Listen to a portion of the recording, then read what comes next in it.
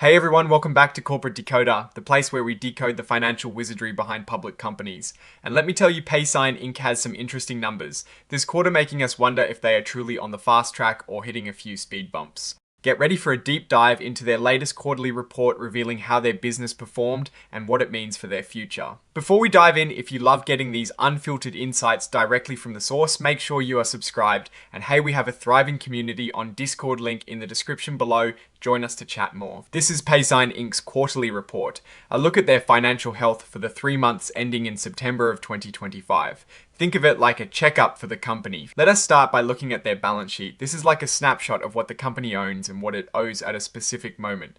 On that day, the 30th of September 2025, they had assets totaling over $209 million.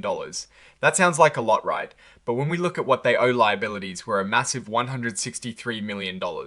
This means that for every dollar of assets, they had a good chunk was already spoken for by debts or other obligations, leaving them with stockholders' equity of about $45 million. Now, checking their cash situation, this is where things get a little bit interesting. They have cash and cash equivalents around $7.5 million, but they also have a very large amount of restricted cash at over $111 million. What does that mean? Restricted cash is money that the company cannot immediately use for its everyday operations. It is set aside for specific purposes usually related to customer programs or contractual obligations. This large amount of restricted cash suggests a significant portion of their funds are tied up. Their accounts receivable jumped significantly. On the 30th of September 2025, it was almost $50 million, a big increase from about $32 million at the end of 2024. Accounts receivable is essentially money owed to the company by its customers. This big jump could mean they are selling more, but also that customers are taking longer to pay, or that they have a lot of pending reimbursements. Something new on their balance sheet is goodwill. They acquired Gamma Innovation LLC in March 2025, and this resulted in over $4.4 million in goodwill. Goodwill is like the premium paid over the fair value of a company when you acquire it. It often represents the value of the acquired company's brand reputation or its talented employees. Now let's look at how they actually made money or lost money over the last 3 months ending the 30th of September 2025. Their total revenues hit over $21.5 million. That is a solid 41.6% increase compared to the same period last year. A huge part of this revenue growth came from their pharma industry segment. Revenues here blasted up by almost 142% to over $7.9 million. This indicates their pharmaceutical payment assistance programs are really taking off and becoming a major growth engine. Their gross profit, which is revenue minus the direct costs of making their product or service, increased by over 43% to about $12.1 million. This is great news because it shows they are controlling their direct costs effectively even as sales grow. However, their operating expenses jumped up significantly too. Selling, general and administrative expenses increased by about 34.7% to over $8.3 million. This rise is largely due to increased hiring to support growth, especially in the pharma sector, along with higher stock-based compensation costs. Despite those higher expenses, their income from operations, an indicator of profitability from their core business, more than doubled, soaring by 129.3% to about $1.5 million. This shows their core business is becoming much more profitable, and the bottom line net income reached over $2.2 million, up a healthy 54.2% from the previous year. This is the money left over after all expenses and taxes are paid. Looking at the longer picture, the first 9 months of 2025 show total revenues of almost $60 million, a substantial 38.6% increase over the same period in 2024. Again, the pharma industry was the star player with revenue growth of over 191%. Interestingly, their gross margin percentage improved to 60.1% from 53.8%. This means they are becoming more efficient in how they generate revenue relative to their direct costs. This is a very positive sign. Depreciation and amortization expenses also rose quite a bit by nearly 42.4%. This is often linked to increased investment in assets like software and equipment, which is necessary for growth but does impact short-term profits. Their income from operations for the 9 months was over $5.5 million, a massive 888.7% increase. That is an absolutely phenomenal jump. Let us see how stockholder equity evolved. At the 31st of December 2024, their equity was about $30.4 million. By the 30th of September 2025, it had grown to over $45.7 million. This increase is mainly from issuing new stock through stock-based compensation and exercises of stock options, as well as the significant net income earned. The additional paid-in capital account saw a massive increase from $24.6 million to over $34.1 million. This represents the money invested by shareholders above the par value of the stock. The big jump in 2025 is largely due to the equity consideration for the Gamma Innovation LLC acquisition, where they issued restricted stock. Now, for cash flows, for the 9 months ended the 30th of September 2025, their operations generated over $4.3 million in cash. This is down from about $8.6 million in the same period last year. The decrease is largely due to changes in operating assets and liabilities, particularly around accounts receivable and customer card funding. Investing activities used over $8.4 million of cash in 2025 compared to about $7 million in 2024. This spending is mostly on software development and continuing investments in their technology platform. They also spent $2 million on the Gamma acquisition. Financing activities provided about $284,000 in cash in 2025, a slight positive compared to a use of about $331,000 in 2024.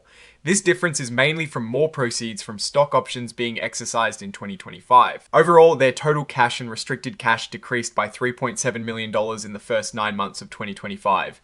This is a change from the same period last year when it increased by over $1.2 million. This decrease is mainly due to the increased investments in their business and the acquisition. Revisiting that restricted cash, it stood at over $111 million at the end of September 2025. This large figure reflects the significant funds managed for their card and pharma programs. The company notes that these balances are contractually restricted from use. Their reimbursement receivables are a notable part of their business. As of the 30th of September 2025, these receivables were over $41 million. The company clarifies that these are essentially pass-through claims that are fully offset in their accounts payable. This suggests a model where they front payments for customers and are then reimbursed. They also highlight customer concentration risk. For instance, one pharma patient affordability program customer accounted for 14% of their accounts receivable balance at the end of September 2025. This means a significant chunk of their money owed comes from just one customer in this segment. The acquisition of Gamma Innovation LLC on the 19th of March 2025 for a total of over $15.5 million is a key event. This included cash equity and earn-out contingent consideration. This acquisition is contributing to their goodwill and intangible assets as they expand their technology offerings, especially in the blood and plasma collection industry. The acquired intangible assets from Gamma are valued at over $11 million. These include contract-related intangibles and acquired technologies. These are expected to be amortized over periods of up to 15 years. Looking at their hard assets, their equipment value is around $2.7 million. This is up slightly from the end of 2024. Their software development assets also increased to over $624,000 from about $487,000. This reflects ongoing investments in their proprietary technology. Their patents and trademarks are listed at just over $38,000. This is a very small number and likely represents a minimal portion of their intellectual property value or is held in other asset categories. The platform asset is valued at over $35 million. This is a significant number and represents a core asset of the company, likely encompassing their payment processing infrastructure and related technologies. Hosting implementation costs show an asset value of over $43,000. These are costs related to setting up their cloud computing arrangements. Contract assets are valued at over $340,000. These are costs incurred to obtain or fulfill contracts that are expected to be recovered. They also have a non-compete agreement as an intangible asset valued at over $503,000. This likely resulted from an acquisition. Acquired technologies are valued at over $10.5 million. This figure is primarily attributed to the Gamma acquisition. Looking at stock options, they have a significant amount of unvested restricted stock options and stock options granted. These contribute to stock-based compensation expense. It is also interesting to note their US federal government refunds. They have over $96,000 in other receivables related to these refunds at the 30th of September 2025. This relates to employee retention credits from the CARES Act. Now, for some legal matters, Paysign has been involved in securities class action lawsuits. The company agreed to a settlement of $3.75 million, primarily covered by their directors and officers' insurance policy for past allegations related to financial reporting controls. Meanwhile, there are also 4 stockholder derivative actions pending. These actions are brought by shareholders on behalf of the company itself. On the 4th of October 2024, the parties to these derivative actions agreed in principle to a settlement, and preliminary approval was granted in May 2025 with final approval pending. This indicates efforts are underway to resolve long-standing legal issues. As with any public filing, the company's CEO and CFO have certified that they reviewed these financial statements and the disclosure controls and procedures were effective. This is a standard part of these reports, ensuring that important information is properly communicated. They also provided certifications under Section 1350 of the Sarbanes-Oxley Act. These certifications by the Chief Executive Officer and Chief Financial Officer attest to the accuracy of the financial reports. So what is the story here? Paysign Inc. is showing impressive top-line growth, especially in its pharma segment. The acquisition of Gamma Innovation LLC also seems to be strategically important, adding new technologies and goodwill. However, this growth comes with increasing operating expenses, and a significant portion of their cash is tied up in restricted amounts. The jump in accounts receivable and the concentration of that with a single pharma customer are points to watch. While the legal settlements may provide closure, they are also significant financial events. The company's strategy seems to be investing heavily in technology and sales to drive this pharma growth. Looking at the numbers, the massive increase in pharma revenue and the resulting jump in income from operations are undeniable strength. The improved gross margin is also a good sign of operational efficiency. On the flip side, the rising operating expenses and the substantial amount of restricted cash could be areas of concern. Overall, Paysign appears to be in a growth phase fueled by its pharma solutions and strategic acquisitions. The key will be managing these investments effectively, ensuring that the revenue growth continues to outpace expense increases and that the large restricted cash balance does not hinder operational flexibility.